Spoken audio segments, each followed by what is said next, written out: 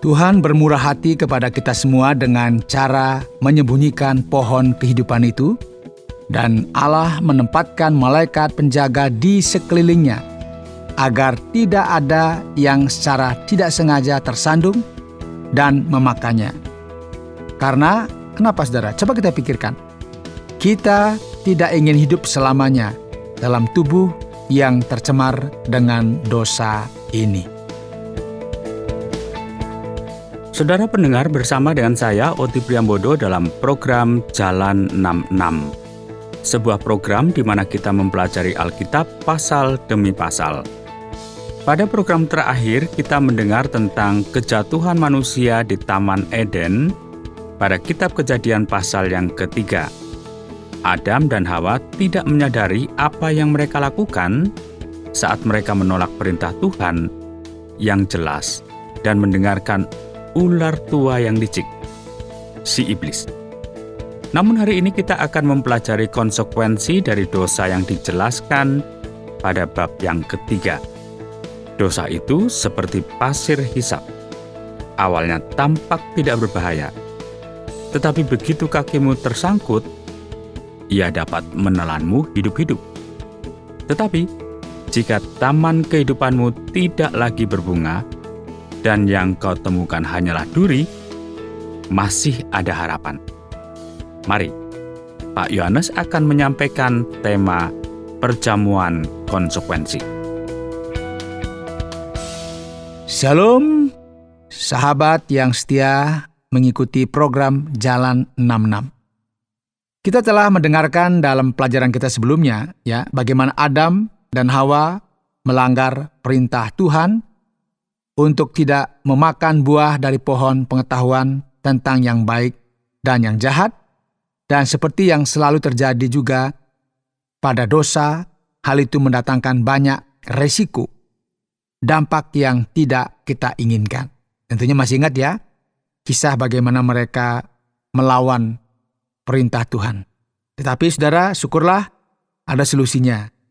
Kita nggak harus menghadapi kenyataan apa adanya, bukan seperti yang kita inginkan. Jika kita menginginkan kabar baik, kita harus menerima kabar buruknya terlebih dahulu. Dan kabar buruknya adalah kita semua telah terinfeksi oleh dosa Adam. Dan tidak ada gunanya menyangkalnya. Oh enggak, saya kebal, saya tidak mungkin, tidak. Faktanya kita semua adalah orang yang berdosa. Enggak ada gunanya kita mencari alasan atau merasionalisasikannya. Semua orang telah berdosa dan telah kehilangan kesempurnaan yang dituntut oleh Allah. Saudara bisa lihat dalam Roma 3:23. Dan dosa memiliki konsekuensi, seperti yang akan kita temukan saat kita melanjutkan ke pasal 3, kitab Kejadian. Mari kita akan melanjutkan bacaan kita saudara di ayat 8. Ketika mereka mendengar bunyi langkah Tuhan Allah yang berjalan-jalan dalam taman itu pada waktu hari sejuk, bersembunyilah manusia dan istrinya itu terhadap Tuhan Allah di antara pohon-pohonan dalam taman. Kita perhatikan di sini hubungan baik antara Tuhan dan manusia telah rusak, dan pasangan ini yaitu Adam dan Hawa kini menjadi malu dan mereka juga takut. Tetapi Tuhan Allah memanggil manusia itu dan berfirman kepadanya, "Di manakah engkau?" Sekarang kita tahu saudara, Tuhan tahu sebenarnya di mana mereka berada secara lokasi. Namun Tuhan juga ingin agar Adam menyadari bahwa kini ada jarak antara dirinya dengan Tuhan. Ayat 10, ia menjawab, "Ketika aku mendengar bahwa engkau ada dalam taman ini, aku menjadi takut karena aku telanjang. Sebab itu aku bersembunyi." Firman-Nya, "Siapakah yang memberitahukan kepadamu bahwa engkau telanjang? Apakah engkau makan dari buah pohon yang kularang engkau makan itu?" Manusia itu menjawab, "Perempuan yang kau tempatkan di sisiku, dialah yang memberi dari buah pohon itu kepadaku, maka ku makan." Lihat, salah satu dampak dari dosa adalah apa? Dorongan untuk mengalihkan kesalahan kepada orang lain. Kesalahan selalu ada pada orang lain. Sampai sekarang ya kalau salah, oh bukan saya, tetangga saya, pemerintah yang salah, atau siapalah istri saya, suami saya. Coba kita lanjutkan ayat 13. Kemudian berfirmanlah Tuhan Allah kepada perempuan itu, apakah yang telah kau perbuat ini? Jawab perempuan itu, ular itu yang memperdayakan aku, maka aku makan. Nah, ini lagi sama, mengalihkan kesalahan. Iblis yang memaksa aku melakukannya. Tidak hanya Hawa, tidak hanya Adam. Iblis tidak memaksamu melakukan apapun. Ia menyarankan dan kamu melakukan apa yang dia perintahkan. Daripada kamu mentaati apa yang Tuhan perintahkan. Ini kan kelihatannya. Jadi dia salahkan iblis lagi. Kalau kita kenapa-kenapa, wah ini gara-gara iblis ini. Nah ini kan sudah biasa, makanya kita nggak bisa berkelit. Ternyata kita ini orang yang sama, suka mencari alasan. Yuk lanjut ayat 14. Lalu berfirmanlah Tuhan Allah kepada ular itu, karena engkau berbuat demikian, terkutuklah engkau di antara segala ternak dan di antara segala binatang hutan. Dengan perutmu lah engkau akan menjalar, dan debu tanahlah akan kau makan seumur hidupmu. Aku akan mengadakan permusuhan antara engkau dan perempuan ini, antara keturunanmu dan keturunannya. Keturunannya akan meremukkan kepalamu, dan engkau akan meremukkan tumitnya. Saudara perhatikan, inilah nubuat mesianik pertama dalam Alkitab. Allah memberitahu ular bahwa keturunan perempuan itu akan meremukkan kepalanya, dan ular itu hanya akan mampu meremukkan tumit sang Mesias. Hal ini terjadi di kayu salib ketika Kristus yang lahir dari perempuan, tumit Yesus diremukkan, tetapi ia meremukkan kepala ular tua itu dan menghancurkan cengkeraman iblis atas manusia. Karena Yesus, kita semua sekarang memiliki akses kepada Allah dan kemampuan untuk melawan si penggoda tersebut. Yuk sambung ayat 16. Firman-Nya kepada perempuan itu, susah payahmu waktu mengandung akan kebuat sangat banyak. Dengan kesakitan engkau akan melahirkan anakmu, namun engkau akan birahi kepada suamimu, dan ia akan berkuasa atasmu. Dan sejak saat itu, melahirkan menjadi pengalaman yang menyakitkan dan menyiksa bagi para wanita. Dan betapapun ia menginginkan suaminya, terkadang akan ada kesulitan hubungan dalam pernikahan. Ayat 17, lalu firman-Nya kepada manusia itu, karena engkau mendengarkan perkataan istrimu dan memakan dari buah pohon yang telah kuperintahkan kepadamu, jangan makan daripadanya. Maka terkutuklah tanah karena engkau. Dengan bersusah payah, engkau akan mencari rezekimu dari tanah seumur hidupmu. Semak duri dan rumput duri yang akan dihasilkannya bagimu, dan tumbuh-tumbuhan di padang akan menjadi makananmu. Dengan berpeluh engkau akan mencari makananmu, sampai engkau kembali lagi menjadi tanah, karena dari situlah engkau diambil. Sebab engkau debu, dan engkau akan kembali menjadi debu. Saudara, kita para pria seharusnya mendengarkan istri kita. Dan kita akan bodoh jika tidak mempertimbangkan nasihat mereka. Tetapi jika mereka ingin kita melanggar firman Tuhan yang jelas, ya kita harus menolaknya.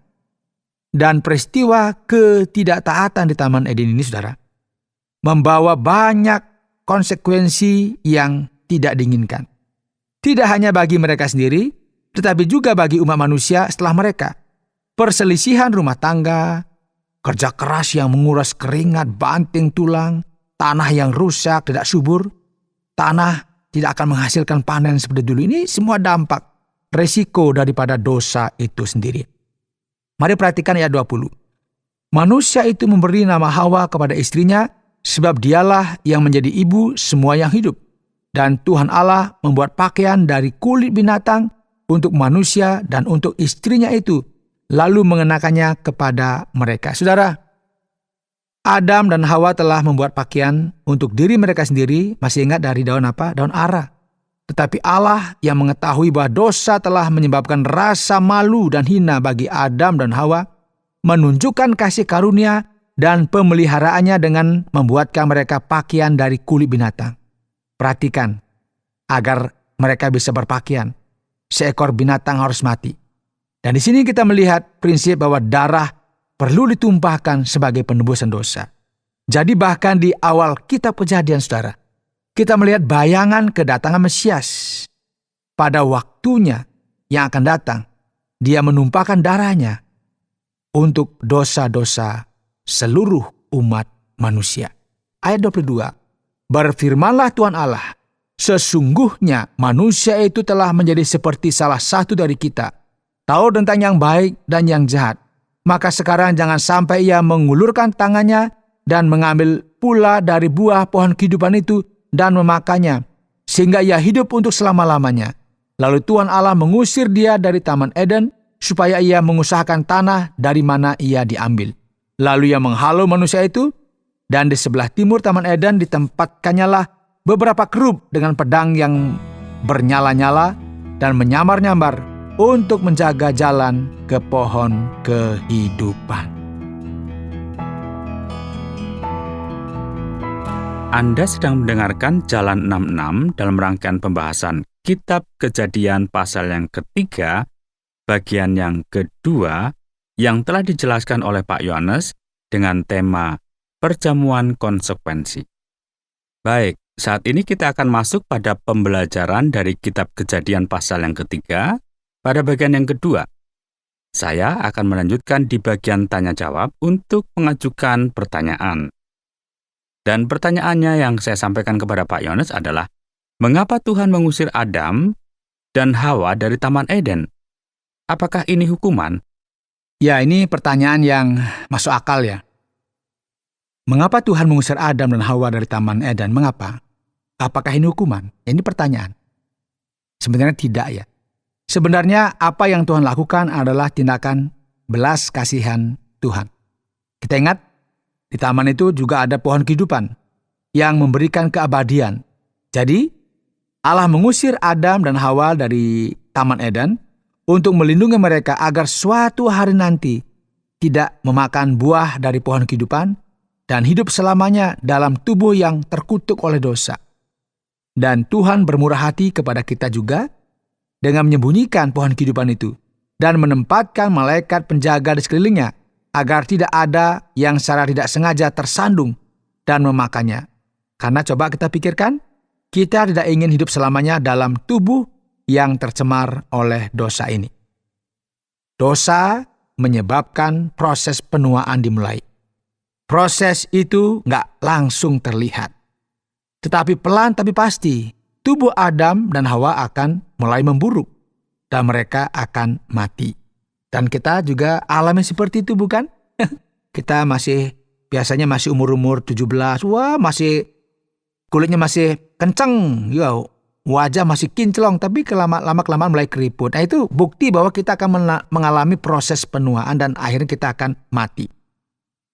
Saudara, pikirkanlah, kematian jasmani pun penuh dengan belas kasihan. Karena ketika kita menua, kita menjadi rapuh dan lemah, dan kemampuan kita mulai menurun, dan itu sungguh tidak menyenangkan. Allah mengizinkan umatnya yang percaya untuk mati agar kita yang percaya dapat terlepas dari tubuh lama yang menyedihkan ini dan dibangkitkan dengan tubuh yang sempurna, puji Tuhan. Kemudian kita dapat memakan buah pohon kehidupan dan menikmati kekekalan sebagaimana yang telah Allah rencanakan sejak semula. Yang berikut, Pak Yohanes, kalau Tuhan mengetahui segalanya, mengapa Dia memanggil Adam dengan berkata, "Di mana kamu?" Iya, benar ya. Mengapa Dia memanggil Adam dengan berkata, "Di mana engkau?" Seolah-olah Allah nggak tahu. Sebenarnya, ya Tuhan tahu di mana Adam berada. Dia bisa melacak pergerakannya. Namun Tuhan ingin Adam tahu bahwa ada sesuatu yang salah telah terjadi. Dan atas kasih karunia Tuhan, Allah sendiri berinisiatif untuk membawa manusia kembali setelah mereka berdosa. Ketika bertanya, "Di mana engkau?" Dengan cara yang sama, Tuhan mungkin bertanya kepada kita masing-masing, "Di manakah engkau dalam kehidupan rohanimu? Apakah kita sedang menyimpang?" Tuhan memberi manusia kesempatan untuk merenungkan dengan seksama dengan mendalam kemana ia telah pergi, Karena satu-satunya harapan penebusan kita bergantung pada kemampuan kita masing-masing menghadapi kenyataan bahwa dosa kita telah menjauhkan kita dari Allah. Keterpisahan antara manusia dan Allah menjadi sumber penderitaan dan masalah kita. Inilah sebabnya kita menghadapi begitu banyak masalah di tengah-tengah dunia ini. Bahkan bumi telah terkutuk. Dan kita juga menghadapi masalah ekologi, lingkungan kita. Kita nggak mampu mengelola segala sesuatunya sendirian. Kita telah jatuh dari sesuatu. Dan cepat atau lambat, kita semua harus duduk dan menikmati perjamuan yang penuh konsekuensi mengerikan itu. Namun, begitu kita menyadari adanya masalah, jadi kalau kita tahu ada masalah, maka kita lebih siap untuk menerima solusinya. Dan menurut Pak Yones, apa artinya ketika Adam berkata kepada Tuhan, "Ketika aku mendengar suaramu di taman itu, aku menjadi takut. Jadi aku pergi bersembunyi." Ya, ini kan normal ya sebagai manusia ketika mendengar suara Tuhan begitu ya. Kita pasti takut dan bersembunyi. Ya ini kan itu normal saja. Ya rupanya Adam begitu akrab dengan Tuhan dalam kepolosannya sehingga ia bisa merasakan kehadirannya. Apakah Tuhan menciptakan suara yang unik? Apakah dia bernyanyi? Namun apapun suara Tuhan itu, Adam dapat mengenalinya dan tahu bahwa ia sedang dalam masalah. Dan hari ini ya saya pikir orang-orang dapat mendengarkan suara Tuhan di saat-saat hening, saat-saat merenung, ketika hanya Anda dan keheningan. Dan saya yakin keheningan ini meresahkan sebagian orang karena mereka nggak suka memikirkan Tuhan. Jadi mereka mengeraskan volume perangkat musik mereka untuk meredamnya. Atau mereka mencari hiburan dan hiburan untuk mengisi pikiran mereka. Kalau kita perhatikan, dalam pasal pertama dari Injil Yohanes, ia menceritakan bagaimana Roh Allah berbicara kepada setiap orang di dalam batin mereka. Dan orang-orang mendengarkan suara itu atau mereka mengabaikannya. Ini saya pernah mendengar cerita ya tentang seseorang pria yang kehilangan segalanya karena mereka bermain judi. Dan hampir melompat dari jembatan karena ingin bunuh diri. Namun di tengah perjalanan, ia mendengar suara dari salah satu gereja. Ada suara paduan suara gitu ya bernyanyi. Kemudian penasaran, ia berhenti dan masuk ke dalam gereja. Ia duduk dan mendengarkan Injil disampaikan. Tadi awalnya mau bunuh diri ya. Ia memasuki kehidupan kekal dengan menanggapi undangan Injil. Jadi ada banyak cara yang dapat kita lakukan untuk mendengarkan suara Tuhan. Dan ia masih berbicara kepada mereka yang bersedia mendengarkannya. Namun, apakah menurut Pak Yones ada benarnya pernyataan ular itu? Karena pada ayat yang ke-22, Allah berfirman, "Lihatlah, manusia itu telah menjadi seperti salah satu dari kita, tahu tentang yang baik dan yang jahat." Pernyataan ini sesuatu yang misterius. Nah, bisakah kita benar-benar menjadi seperti Allah? Ya, ini harus hati-hati di sini ya. Ketika kita membaca frase manusia telah menjadi salah satu dari kita, tahu yang baik dan yang jahat, saya rasa frase ini perlu dipahami sebagai satir begitu ya. Tuhan berkata, "Oh lihat, manusia kecil ini loh sekarang berpikir ia tahu begitu banyak." Dia sebenarnya sedang mengejek siapapun yang berpikir mereka telah memperoleh begitu banyak pengetahuan ilahi. Tetapi sebenarnya mereka tidak mencapai apapun selain hukuman mati mereka sendiri. Berusaha untuk menjadi bijaksana, mereka yang mengkritik dan menolak Alkitab hanya menjadi orang bodoh. Lihatlah, iblis itu pembohong, dan siapapun yang percaya janji-janjinya akan berakhir di tempat pembuangan sampah. Setan tidak mampu mengatakan kebenaran. Setiap permata godaan berkilau yang ia lambaikan di hadapan kita untuk menjauhkan kita dari Tuhan selalu terbukti menjadi racun. Segala kenikmatan, pengetahuan, atau kekayaan yang diharapkan tidak pernah memuaskan kebutuhan terdalam jiwa kita. Maka, dengan mempercayai kebohongan iblis. Jangankan menjadi dewa, Adam dan Hawa dengan bodohnya menukar Firdaus yang penuh dengan keindahan, dengan kesengsaraan dan kematian abadi. Nah, tahukah kita di mana Taman Eden berada? Oh, pasti kita nggak tahu dengan pasti ya. Hanya yang tertulis di Kejadian pasal 2, yaitu di timur, yang berarti di sebelah timur tempat Musa berada saat menulis ini. Kemungkinan besar letaknya itu di daerah yang disebut Bulan Sabit Subur, tempat sungai Tigris dan Efrat berada. Ya, Anda nggak akan bisa menemukan Taman Eden saat ini ya. Jadi jangan rencanakan mungkin kita mau jalan ke Irak atau Iran begitu ya, kita mau wisata untuk mencarinya. Anda nggak akan bisa menyewa agen perjalanan ya untuk memesan tiket untuk membawa Anda ke sana. Karena meskipun Taman Eden mungkin ditemukan, tempat itu mungkin mustahil dijangkau. Taman itu mungkin telah terkubur oleh banjir dunia. Siapa tahu ya. Dan Tuhan bahkan mengutus malaikat dengan pedang berapi untuk menjauhkan orang-orang dari pohon kehidupan. Jadi nggak ada gunanya kita berspekulasi kira-kira di mana ya letak Taman Eden itu, kemudian kita mulai mencari tahu. Waduh, mendingan kita bekerja di rumah dengan baik daripada kita sibuk mencari kira-kira di mana ya letak Taman Eden itu. Lalu, di mana letak dari sebuah kematian? Bukankah manusia pertama dirancang untuk hidup selamanya? Namun, kematian jelas merupakan kemungkinan kan? Atau, mengapa Tuhan berkata kepadanya, "Kalau tidak, kamu pasti akan mati jika memakan buah terlarang itu"? Apa artinya itu bagi Adam, Pak Yones? Ya, ini pertanyaan yang bagus ya. Kita tidak tahu. Mungkinkah Adam jatuh dari tebing dan terbunuh?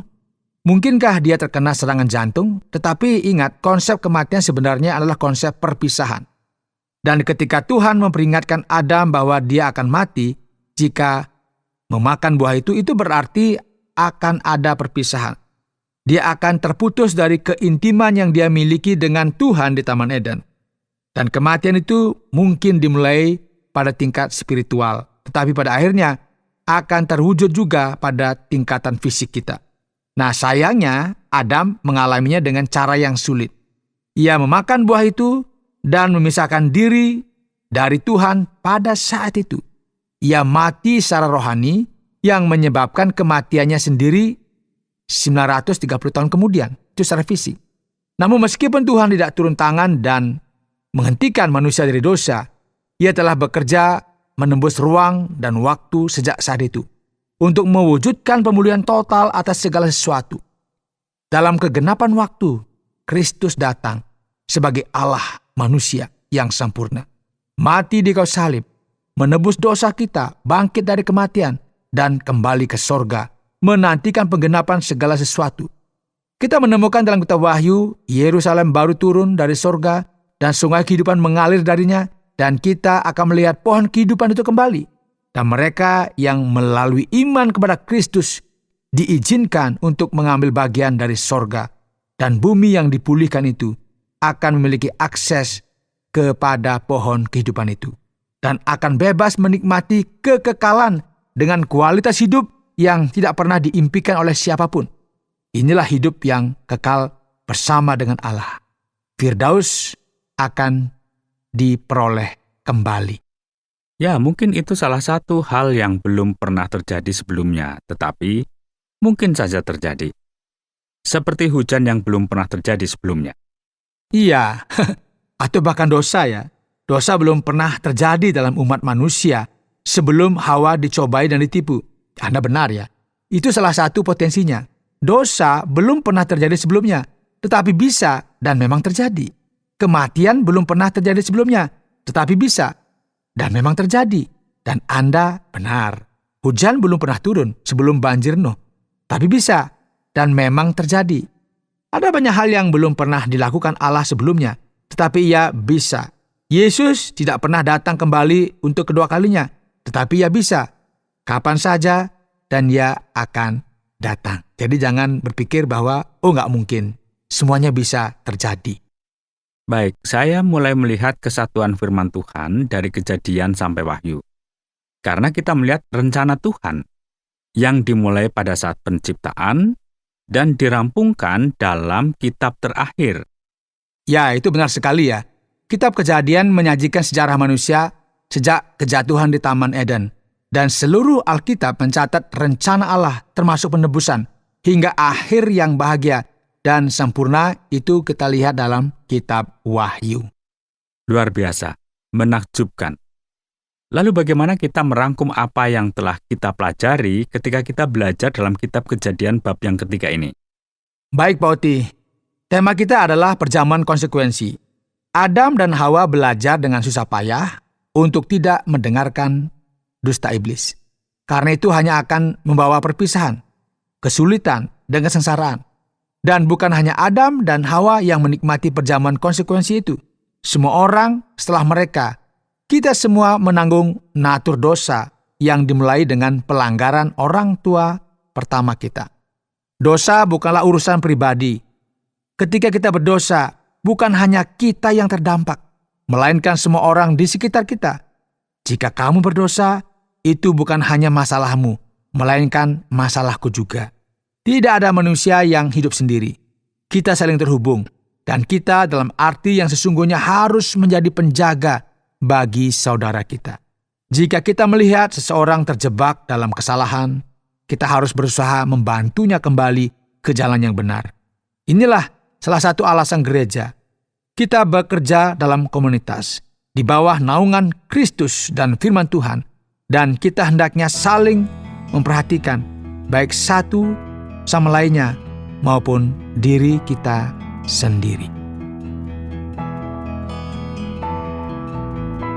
Baiklah Pak Yones, terima kasih banyak untuk apa yang sudah disampaikan. Dan kita baru saja mempelajari Kejadian pasal yang ketiga dan berharap akan bertemu kembali pada program berikutnya saat kita menyelami kitab Kejadian lebih dalam. Saudara pendengar, karena waktu yang tidak memungkinkan, kita akhiri program Jalan 66 kali ini. Kami menantikan Anda untuk tetap mengikuti pelajaran berikut dalam lanjutan pembelajaran Alkitab yang memberikan pelajaran menyeluruh tentang firman Tuhan. Jika Anda memiliki pertanyaan atau berespon terhadap topik berhubungan dengan program ini, silakan menyampaikan melalui WhatsApp ke nomor 081 333 777 386 081 333 777 386. Terima kasih atas perhatian Anda.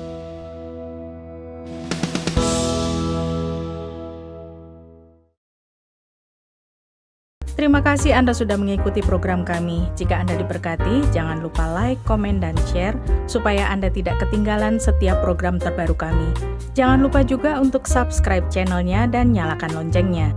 Jika Anda ingin mendukung pelayanan kami, bisa melalui rekening kami berikut ini atau menghubungi kami di sini.